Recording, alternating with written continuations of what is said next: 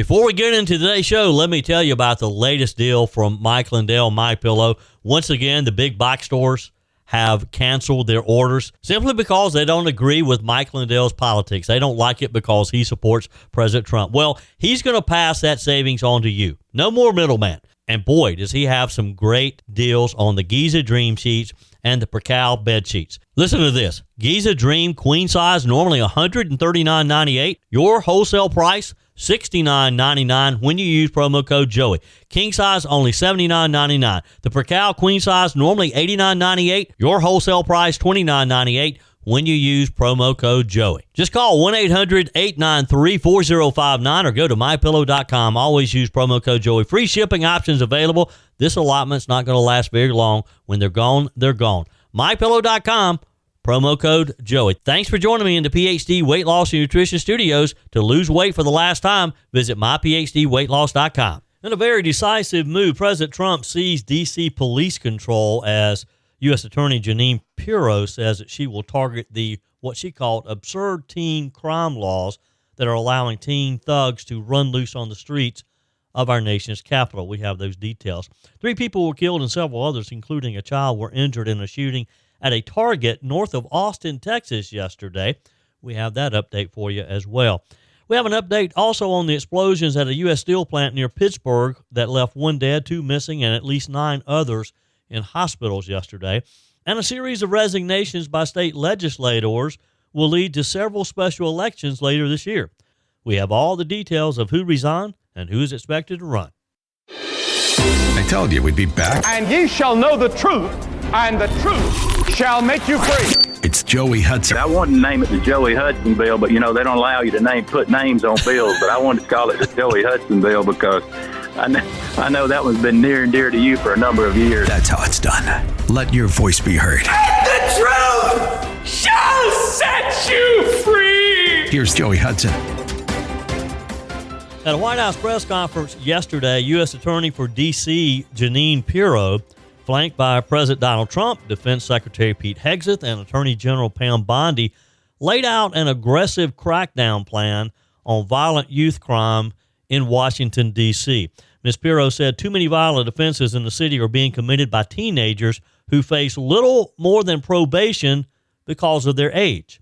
She promised to, quote, change the laws to target offenders as young as 14 who are armed or involved in gangs, blasting D.C.'s no-cash bail policy as absurd and vowing to go after the city council for passing weak crime laws. Thank you very much, Mr. President, and thank you, Madam Attorney General, and to all my partners here.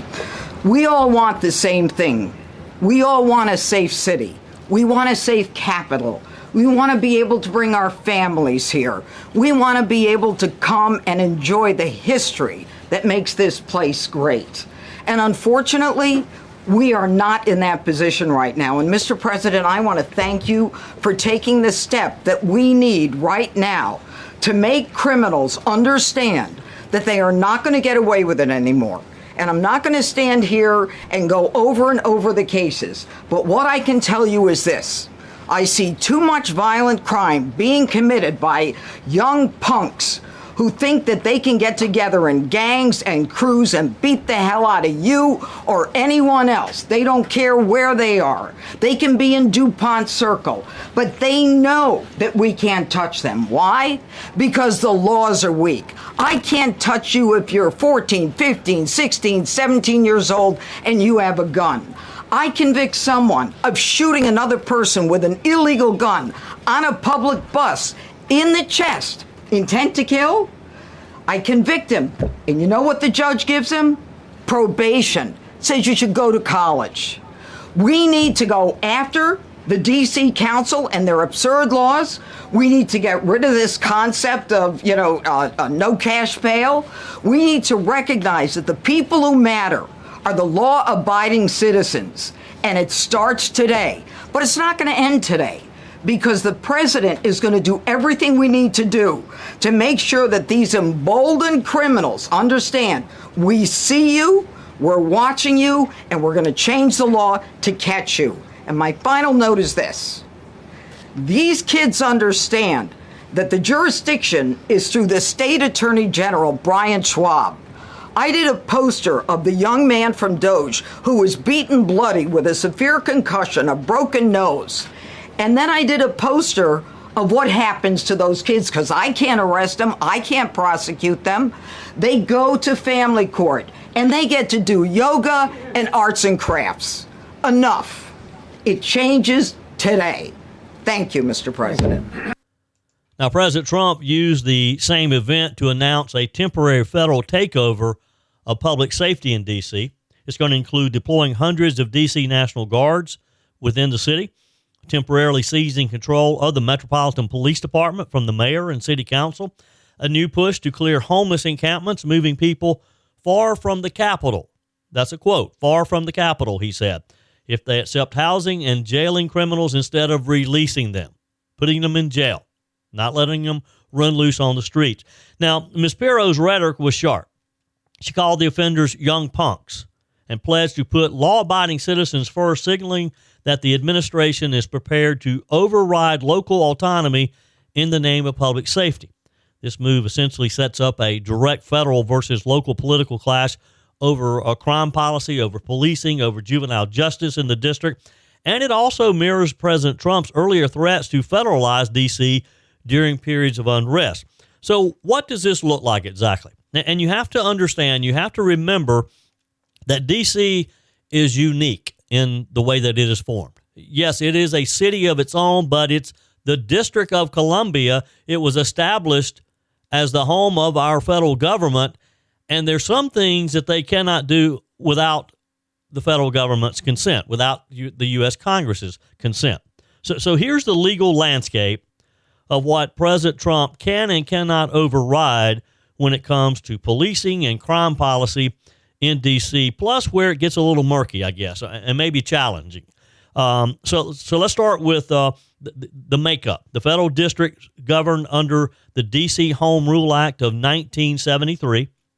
D.C. has its own mayor and council, but Congress retains plenary authority under Article 1, Section 8, Clause 17 of the U.S. Constitution to legislate for the district.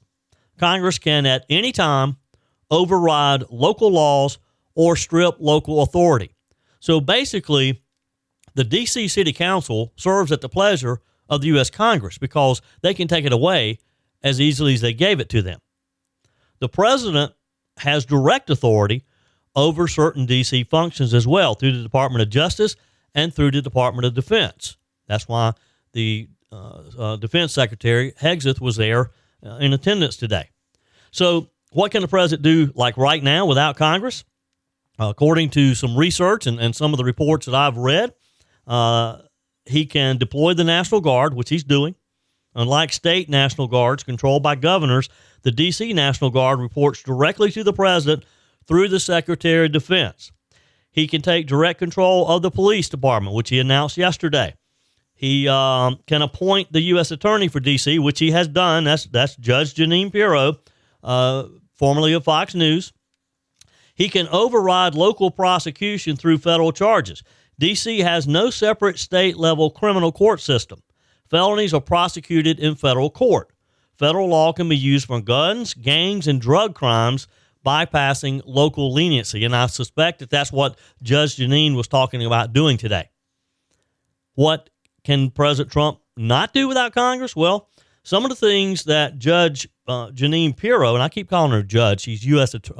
Attorney Pirro, is promising, like rewriting juvenile crime laws, do require Congress to amend the D.C. Code because those laws are passed by the D.C. Council under Home Rule. Specifically, President Trump cannot unilaterally lower the age for adult prosecution. He cannot abolish D.C.'s juvenile justice protections. He cannot repeal D.C.'s no-cash bail law, nor can he change sentencing guidelines for local non-federal crimes. But he can certainly have influence. He can urge Congress to do so, and I think with the temperature that we're seeing right now across the country with some of this violent crime, I don't know that he'll have a hard time convincing Congress they need to take action. He can pressure House Republicans and their Senate allies to pass a joint resolution disapproving specific D.C. legislation under the Home Rule Act's 30-day review period. There's some things that probably are considered gray areas that will likely trigger lawsuits. I suspect the D.C. City Council will end up suing the federal government.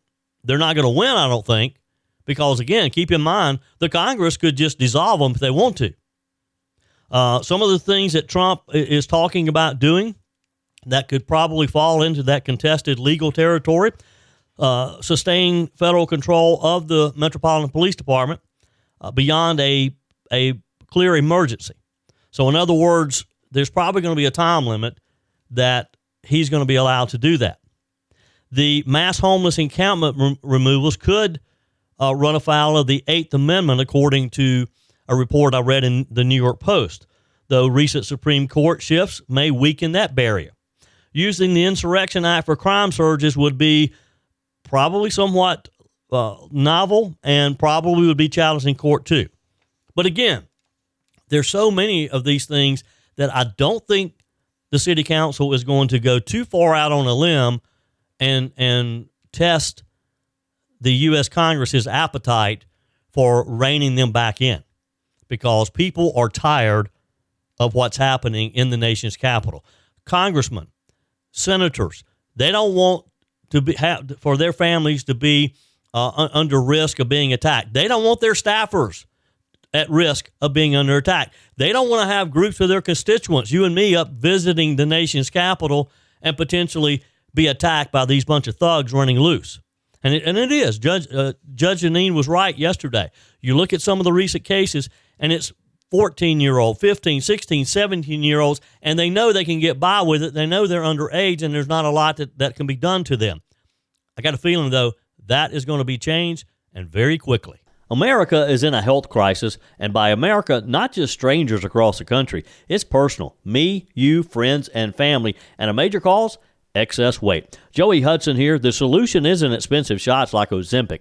It's learning how to eat and think about food differently, and that's what PhD Weight Loss does. Their clients lose up to a third of their body weight, no drugs, just real food, behavioral coaching, and proven science to turn your body into a fat-burning machine. Sure, you could spend up to $20,000 a year on injections that burn muscle, not fat, and come with risks like pancreatitis or bowel blockages, only to gain it all back. PhD helps your body naturally produce weight loss hormones like GLP-1s, no shortcuts, just results that last. Already on Ozempic? Dr. Ashley Lucas and her team will help you safely transition off and keep losing weight. Let's make America healthy again. Call 864-644-1900. That's 864-644-1900 or visit myphdweightloss.com.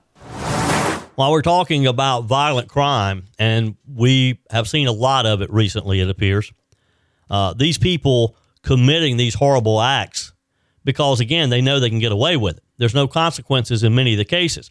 Now, and it's not just limited to these teenagers who know they can get away with it, because there are a lot of adults in certain areas know, too, that their local government, their local judges aren't going to enforce the law. They're not going to be very hard on them. They don't believe that you should put people in jail. And let me give you an example. Let me paint a picture for you here, and it's not a pretty one. We're talking about a case out of Baltimore that literally will just make your blood boil. Two elderly pro-life activists, Mark Crosby, 73 years old, Dick Schaefer, 80 years old, they're out on the sidewalk in May of 2023, a couple years ago. They're outside of a Planned Parenthood. Again, peaceful demonstration. They're opposed to abortion. They'd been there before, doing exactly what they were doing that day. Then along comes a guy named Patrick Bryce.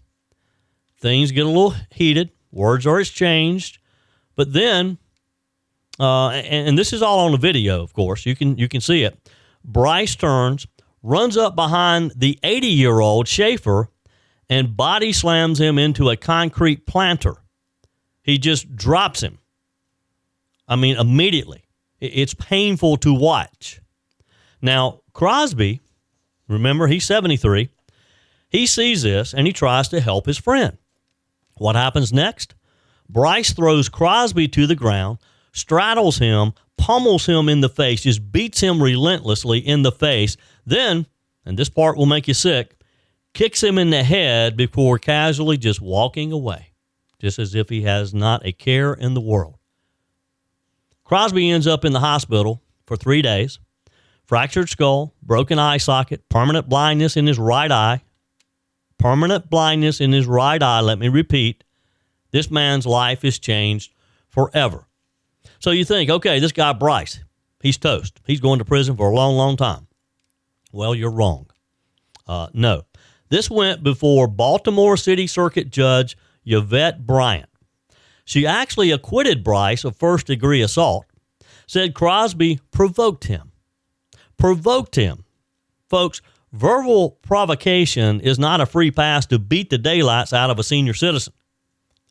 The old sticks and stones saying. And this is the crazy thing. We're seeing this argument here in the upstate of South Carolina. The case of the 3 black Daniel High School players beating the white high school player. Now you've got the NAACP and some of these other activist groups saying, well, these kids, they were called the N-word and things were a little bit hot and they should be given a break. They should be allowed to come back to school. Now, we don't know exactly what punishment was given to them because it's private and the schools never release that. But, word gets around and students know that they evidently have been suspended from school and the football team, which is what they should have been done. But these groups are saying, oh, they were just youngsters and they should be allowed to go back to school. Well, these adults, some of these adults think the same thing. This guy, this Bryce guy, the judge says, well, he was provoked. And the sentence, you ready for this? He was sentenced to 1 year of home detention, 3 years probation, 0 zip jail time. He gets to sit at home with his TV, his internet, his snacks, and call that punishment. And this one guy lost sight in one eye for the rest of his life. I mean, what is wrong with our court system? What is wrong with these judges? This is why people don't trust the justice system anymore. In Maryland, second-degree assault can get you up to 10 years. The victims here are elderly. The injuries are permanent. The whole thing is caught on video, so it's not like we don't know exactly what happened. You can see it. It's pretty violent. But apparently, if you're in Baltimore and you beat up the wrong kind of victim, you can walk free or sit at home for a year and watch movies. And here's the other kicker. If the roles were reversed, if a pro-life activist had tackled a Planned Parenthood volunteer and blinded them in one eye, you and I both know they'd already be serving a decade behind bars. No hesitation, no mercy, no grace. We know that, don't we? This isn't just about one case, though. It's about this double standard that you've got these liberal justices passing out. It's about the so-called justice being handed out based on politics instead of the law and the politics of the judge, the way the judge believes.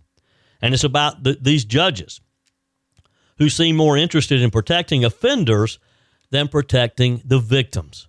Because these 2 senior citizens were the victims. No doubt about it. And this guy, this judge, really kind of turned him into the victim because of the verbal altercation. These 2 older guys said some things to him they shouldn't have said. They hurt his feelings. So he just beat them and got away with it. I mean, what would you do if you were running things in Maryland? I'll tell you what I'd do. I'd say we need mandatory prison time for violent assaults on seniors. No more home detention. You lay your hands on someone's grandmother or grandfather like that, you lose your freedom, period. And actually, that should apply to anybody. You beat somebody because you don't like something they said to you. You beat them to the point that they lose eyesight in one of their eyes. You should go to jail. Not home to watch movies. Not home to watch Netflix and eat popcorn. And here's something else. The DOJ could actually step in here under the FACE Act. That's a federal law that protects both sides of the abortion debate from violence. But don't hold your breath because lately the FACE Act's been used almost exclusively against pro-lifers. Against pro-lifers, not for them. Bottom line here is Baltimore just sent a loud, dangerous message. if you pick the right target and you come up with the right story, oh, he called me a name, or he said, he yelled at me, you can get away with it. And that's a message every decent American should reject. People in Baltimore, they should be at the doorsteps of that judge and demanding that she take action. Because this guy, Bryce, he'll be back out on the street. He'll beat somebody else. He knows he can get away with it now. Now, I could actually break down exactly how this sentencing lines up or doesn't line up with Maryland's own guidelines, and it might make you even angrier. I mean, that's probably another segment. The bottom line is, folks, we got to get these judges, we got to get their attention. They need to understand they have to protect the victims, not the violent criminals. I know we've talked a lot in today's show about crime. This has sort of been the crime show. I mean, we talked about D.C. and what the president announced yesterday, and just some of the craziness that's going on. The situation in Baltimore. I mean, yesterday there's a lot of focus on D.C. and how they're allowing just these young punks, as Judge Jeanine described them, terrorize the city. But it's not just young punks in some of these cities. I mean, I also told you the story a minute ago of the adult who assaulted a 73-year-old and an 80-year-old and beat them to the point one of them lost eyesight in one of his eyes for the rest of his life. Have you noticed, too, that when we witness a shooting, that they kind of start being repeated around the country for a period of time? Since the shooting in New York City a couple weeks back, there have been several others now. And yesterday afternoon, again, 3 people were killed. Several others, including a child, were injured in a shooting at a Target in Central Texas. Law enforcement has confirmed that a suspect was detained following the incident. Officials told KVUE that between 3 and 5 victims were shot, including the child, who fortunately is not among the dead. The Austin Travis County Emergency Medical Services said that it had treated 4 patients involved in the shooting. The suspect was described as a white man wearing khaki shorts and a Hawaiian and floral shirt. More details are expected to be released later this morning. Explosions at a U.S. steel plant near Pittsburgh left 1 dead, 2 missing, and at least 9 others in hospitals yesterday, with emergency workers searching the rubble for more victims, according to the Associated Press. The explosion sent black smoke spiraling into the midday sky in the valley there, a region of state synonymous with steel for more than a century. An Allegheny County Emergency Services spokesperson said 1 person died in the explosion, 2 were unaccounted for, others were treated for injuries, many of them transported by ambulance to the local hospitals. The plant is a massive industrial facility along the river south of Pittsburgh. It's considered the largest operation in North America, as one of the 4 major U.S. steel plants in Pennsylvania that employ several thousand workers. Allegheny County Emergency Services said a fire at the plant started around 10:50 a.m. yesterday. The ensuing explosion sent a shock through the community and led to officials asking residents to stay away from the scene so that emergency workers could do their job and respond. So far, the cause of the blast has not been determined, or at least has not been made public. Zachary Boudet, a construction worker near the scene, told local media it felt like thunder. Shook the scaffold, shook my chest, and shook the building. And then when we saw the dark smoke coming up from the steel mill and put 2 and 2 together, it was something, we realized something bad had happened there. Back in June, U.S. Steel and Nippon Steel announced that they had finalized a historic partnership, a deal that gives the U.S. government a say in some matters and comes a year and a half after the Japanese company first proposed its nearly $15 billion buyout of this iconic American steelmaker. The pursuit by Nippon Steel for the Pittsburgh-based company was hesitant. There's some hesitation because of national security concerns and because of presidential politics. It was something that President Donald Trump does not want a foreign company, particularly one the size of Nippon, to have controlling interest of a U.S. steelmaker. So we hope that things settle down there. We hope that there are no more fatalities discovered as they're sorting through the rubble. All right, let's get into something here. Of course, you've heard the news that President Trump is about to sit down face to face with Russian President Putin. And yes, on our turf, on U.S. soil, in Alaska, this Friday. Now, not for nothing, this is the first time that the two have met since Putin rolled tanks into Ukraine, and Trump's going in saying, I'm going to tell him, you've got to end this war. It's going to be interesting to watch. I just wish, I'm headed to Alaska Friday too, unrelated. I'm headed to get on a cruise ship with several hundred patriotic radio listeners. This is part of our Patriot Alaska cruise.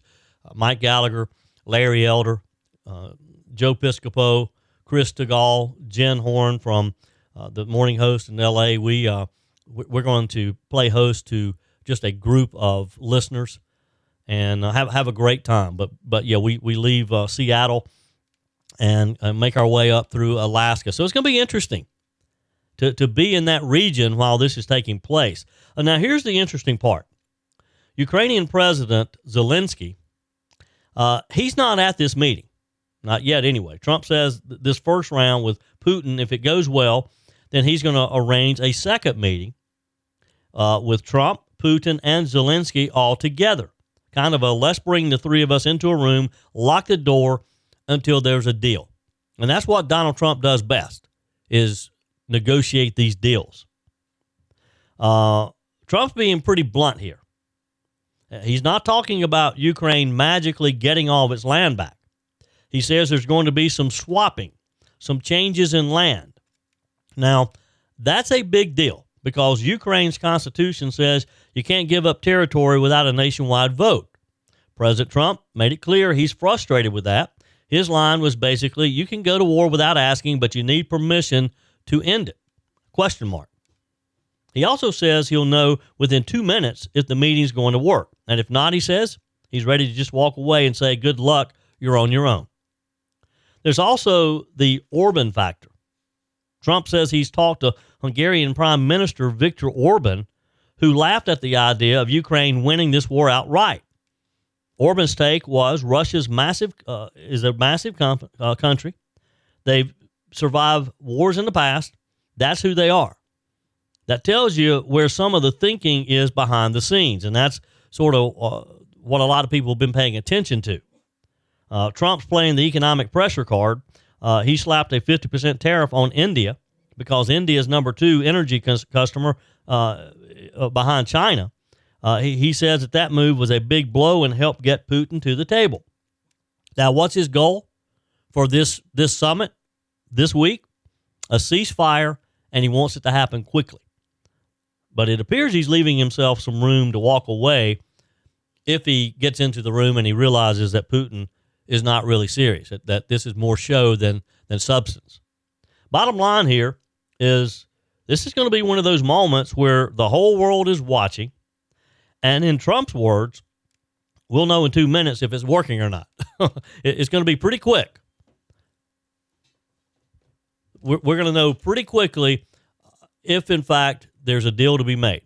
This is one of those things, you know how lawyers like to predict what a jury is going to do, and they have certain situations where if the longer it takes, it's better for the defense. The shorter it is, it's better for the prosecutor.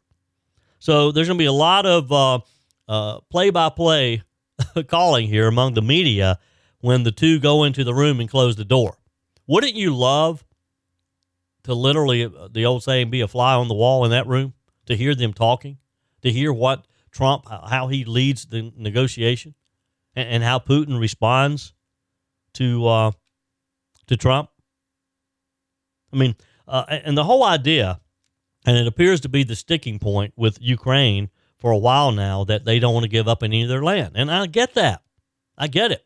Russia invaded them, and they want their land back. They want Russia pushed back to the previous border. But here's the question. Are they in a position to demand that? And I hate it for them. I hate it if they end up losing some of their land. But so far, we've been funding their war. And we can't keep doing that. So they're going to have to give up a little something to try to negotiate and get this done with Putin. And if it means giving up a little of their land, I'm with President Trump on that. They're going to have to be ready to pony up. Because I hope what they're telling them in the back channels, and there's always back channels, there's always things going on that we don't know about, probably don't need to know about. But I'm sure what they're telling Zelensky is, hey, look, we're going to pave the way here. We're going to warm Putin up, but you're going to have to be ready to make some concessions. You may have to give up some of your land. Right, wrong, or indifferent, you're going to have to be ready to do that, because here's the bottom line. The American people aren't going to keep funding this war. The American people is not going to spend another $1 billion, $2 billion, $3 billion, whatever the number is, so that you can get all your land back. I hope Trump, and I hope they're letting them know up front that that's the case, and that it's time to end this. It's time for the ceasefire. It's time for a clear way to get out of this war, so that people stop being killed, so that towns and homes and businesses are stop being destroyed, and that the American people aren't footing the bill for all of this. You agree? Text me, email me, joey@joeyhudson.com. Your comments are welcome on the Firmin Ford text line, 864-477-JOEY. That's 864-477-5639. Email's always welcome, joey@joeyhudson.com. Speaking of the Firmin Ford text line, it's never been more important to support locally run businesses owned by people who actually live here in the upstate. Let me take a minute to talk with you about our friends at Firmin Ford. If you're looking for a new vehicle, maybe a great pre-owned vehicle, one you can trust, or maybe you're looking to order that special vehicle. Either way, if you want a new one, a brand new one, or a pre-owned that you can trust, the folks at Firmin Ford, they're there to help you. Their name is on the sign because their name is on the line, because every single transaction is important to them. Jim Firmin, Matthew Firmin. They do business the right way. When you stop by, when you give them a call, or maybe when you just send them a quick email, you're always going to have access to a member of the Firmin Ford family. And by the way, they also offer great service, and you're not going to have to wait weeks and weeks to get it done. And you do not have had to purchase your vehicle at Firmin Ford. Doesn't even have to be a Ford. They service all makes and models. Visit my friends at Firmin Ford online at firminford.com, firminford.com. Wrapping up today's show, boy, yesterday was a busy day with resignations from the South Carolina General Assembly. Some unexpected. First, Representative R.J. May resigned his House seat 2 months after his arrest on charges of distributing child sexual abuse material, according to a letter the House Speaker's office received yesterday. The West Columbia Republican, who is still in jail, by the way, without bond, has been suspended from the House without pay since his June arrest, as is required by state law for any public official indicted on a felony. He was also the subject of a House Ethics Commission investigation, which would have been the first step towards expelling him from the House. May wrote in his letter, I have decided that it is the best interest of my family and constituents to resign immediately from the South Carolina House of Representatives. Please accept this letter as my formal resignation from the South Carolina House of Representatives. It's been an honor to serve the people of District 88. And with that, R.J. May is no longer a member of the South Carolina House. As required by law, the election for May's seat is expected to take place December 23rd, the month before the legislative session begins. Filing would open August 29th, with the primary election taking place October 21st, according to the South Carolina Election Commission. The office of the House Speaker, Merle Smith, must still officially set the dates, but that's according to the state law, that's how it should be. House Majority Leader Davey Hyatt from Pickens said he's unsure whether the ethics complaint he had filed back in May will end with May's resignation. He says he hopes it will expand to include May's consulting work. As owner of Ivory Tusk Consulting, May ran campaigns for GOP candidates who aligned with his own hardline conservatism. Payments from some of those clients, including members of the Freedom Caucus, continued until at least May, according to public campaign disclosures. Hyatt said, I hope members of the House Freedom Caucus don't think this will end this investigation. Representative Jordan Pace, the Republican from Goose Creek and Freedom Caucus chairman, said he welcomed May's resignation and had hoped the House would have already expelled him. May was a founding member of the Freedom Caucus and acted as its de facto spokesperson until the investigation became public. The investigation into May began back in April of last year, 2024, when social messaging app Kik notified a federal nonprofit that videos involving child sexual abuse had been sent from an account called Joe Biden 69. It's not funny what happened, but that was a little original. Joe Biden 69. Federal investigators tracked the account, which had saved 220 different videos and images depicting child sexual abuse. They tracked it to May's house and to his cell phone. Prosecutors said this back in June when they brought down the indictments. An attorney for Mr. May argued that someone had hacked into his accounts and had targeted 38-year-old father of two for political reasons. Now, during the investigation, Mr. May continued showing up to session every day, though he stayed quiet instead of participating in the debates, which he normally would. He continued to vote alongside the Freedom Caucus, though he hadn't been a member since news broke that investigators had seized his computers back in August. May is scheduled to appear in federal court August 20th of this month for a pretrial hearing. Jury selection for his trial is scheduled to begin September 10th, and his attorney asked Monday for a delay. We'll see if the court allows that. May was reelected just last year without opposition. It's a sad situation. It's sad for this young man and for his family. Sad situation for the families of the victims of the children depicted in those videos. It's just sick to know that things like this happen. Of course, he's innocent until proven guilty. And if they prove, if Mr. May and his attorneys are able to prove that he was somehow hacked, then, somebody needs to look into this and see how something like this could be prevented in the future. But knowing law enforcement as I do, they typically don't make mistakes like that. Also, I said there were several resignations yesterday. State Senator Roger Nutt resigned his upstate seat yesterday as well after being diagnosed with Alzheimer's. The Republican from Spartanburg County, more to be specific, released a news statement saying that for the best of his family and for himself, that he felt it was time to step aside. Representative Bobby Cox from Greer has announced that he will run for Senator Nutt's seat representing parts of Spartanburg and Greenville counties. This is a district that has a few precincts in Greenville. It's primarily Spartanburg, but there is some Greenville components, and that's where Bobby Cox lives. He's the representative for that district that kind of overlaps there. And to do so, Representative Cox also resigned yesterday from his House seat so that a special election could be held for his House seat at the same time, which would save taxpayers some money. Senator Nutt is 59 years old. He's the father of three. He spent a decade on Spartanburg County Council before winning the seat in the State House in the 2020 election.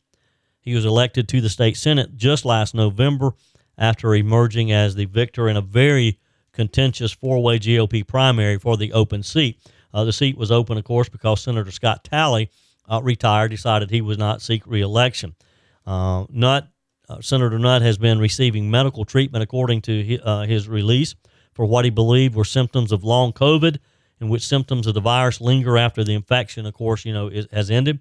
Doctors instead determined that Senator Nutt had neurodegenerative disorder, Alzheimer's disease, according to the news release.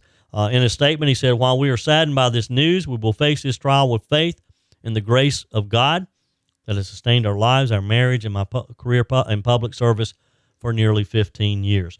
Following the resignation, the Senate set the dates for an election to fill Nutt's seat, and per the timing, filing will open August 29th for party primaries, October 21st, a general election, December 23rd. Again, voters just elected Senator Nutt last fall. It was a close, very close race. You may remember that there was a runoff between Roger Nutt and former Senator Lee Bright. And Bright placed first in the four-way primary on the first ballot. Nutt came back, ultimately defeated Bright in the runoff, by fewer than 150 votes. So it's going to be interesting to see if anybody else gets into this race, whether or not Bobby Cox is the only one, or if Senator Bright gets back in, or maybe there's someone else out there. While in the state house, Roger Nutt voted with the Freedom Caucus most of the time. He was not formerly a member. He had said he did not want to join the group that had split off from the Republican caucus out of fear of limiting his options, he said. But he did pretty much vote with them. During his this session in the Senate, Senator Nutt sponsored a bill that would allow nursing home residents to select one person allowed to continue visiting in case of an emergency like another pandemic. Even in South Carolina, COVID-19 rules kept loved ones locked out of the nursing homes for more than a year, which was just tragic. The bill passed the Senate, but did not get a hearing in the House, at least not this year. It's still there because this was year one in a 2-year session. That's it for today's show. Tara's up next, followed by Mike Gallagher. I'm back again tomorrow at 5 a.m. and more of Sunrise Carolina. Until then, remember, folks, God's got this. He's still in control. That's it for today's edition of Just the Truth. Thanks for joining me in the PhD Weight Loss Studios. To lose weight for the last time, visit myphdweightloss.com. If you haven't joined my mailing list yet, visit my website, joeyhudson.com. Click on the Connect with Joey button so that you can receive our emails and the most up-to-date news. Also, join me on my YouTube channel. Be sure and like, comment, and subscribe. Just search for Joey Hudson. As always, thanks for spending a few minutes of your day with me. Do me a favor and forward this episode to a few friends. Just click on the share button and send to your contacts. We need to build an army of conservatives to win our country back, and we can do that by continuing to share the truth with our friends and family. Keep those comments coming via the Firmin Ford text line 864-477-JOEY. Email to joey@joeyhudson.com, and I love your messages on the MyPillow message line. Again, that's 864-477-JOEY, 864-477-5639. Be sure and take advantage of the MyPillow special, just $14.88 on the standard MyPillows when you use promo code Joey. Order online at mypillow.com or call 800-893-4053. We're back again tomorrow and hope you'll plan to join us. Until then, remember, God's got this. He's still in control.